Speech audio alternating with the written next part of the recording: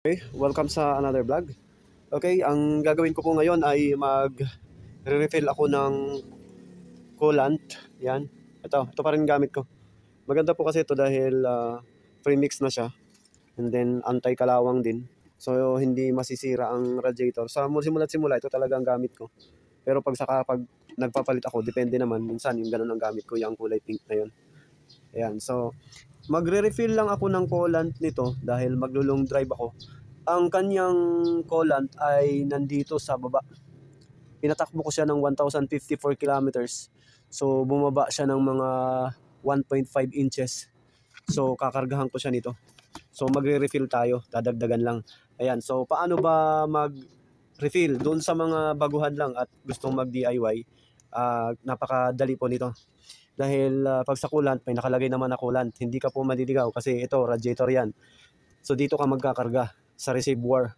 Sa reservoir dito na talaga magkakarga. Then kung mapapansin mo, tatlong may takip yan.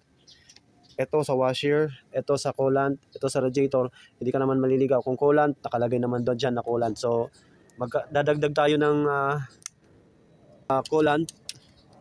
Ayan. Ito gagamitin natin. So papaabutin lang natin eksakto hanggang dito sa leeg. Hindi na natin palalampasin kasi pag nasa lampas, hindi po siya nakakakuha papunta dito sa radiator pag sobrang taas. So dapat sakto lang po talaga kasi hindi po pwedeng napakataas niya kasi hindi naman nakakakuha, hindi siya natakbo, hindi siya nakakapunta, nakakaakyat ng radiator. So sakto lang po ang ano natin dito lang sa kanyang level na nakalagay. Okay, so napakadali lang po nito. Yan, ang kulay lang ng ano ko na binili sa ano ay kulay pink. Ayan, ito 'yon. Wala namang ano dito.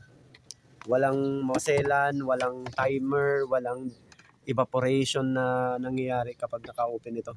Ayan, so ayan yung kulay nito. Kulay, tapos tayong konti. Oh, kulay pink. Yan, so originally yan din talaga ang kulay ng ano din. Ito yung gamit ng Toyota. So kakargahan ko lang siya. Tama lang. Ayan. Okay, so napaka-kaunti na lang pero sakto pa rin yan sa yan, tingnan natin. Ayan, so sakto hanggang dito sa F na to. Ayan. Ayan. So nandito sa F sa baba sa leeg nito. Yan, siguro nasa 100 ml na lang ang laman. Kaya sakto pa rin. Andito siya. So ganoon lang po kabilis.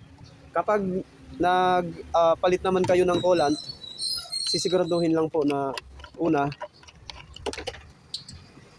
alamin niyo yung eto, dapat talagang sa coolant mo ilagay and then isara. Kasi po, pag hindi yan nakasara, baka hindi rin siya tumakbo papunta dito sa radiator, magkulang ang tubig, magkulang ng coolant. So, mahirap din po yun. So, dito lang tayo nagkarga sa reserve. Hindi natin to basta ino-open. Hindi tayo dito nagkakarga. So far, yung takip na to ng kanyang radiator, hindi pa tayo nagpapalit yan. Original pa yan. Pero pagka may mga leak na nito at saka sumisingaw at nagbabawas na ng mabilis sa radiator, dito minsan tumatagas, sumisingaw siya pag mataas ng temperature ng makina, kailangan na pong palitan. So guys, yun lang po, ganun lang po kabilis. Ito po ang gamit ko. Yan. Kung wala naman, mayroon naman sa aftermarket na nabibili na coolant. Yan. Ito siya. Yan. So dalawa lang sila na brand na ginagamit ko simula pagkabago. Ito po talagang mga coolant na to, sila yung gamit ko dyan. Okay naman, wala naman akong na-encounter na hindi maganda sa performance ng sasakyan. Okay naman siya, wala naman ako problema dun sa cooling system. So yun lang guys, paki-like at paki-subscribe po para lumago po yung channel. Maraming salamat po sa inyong pagsubaybay. God bless.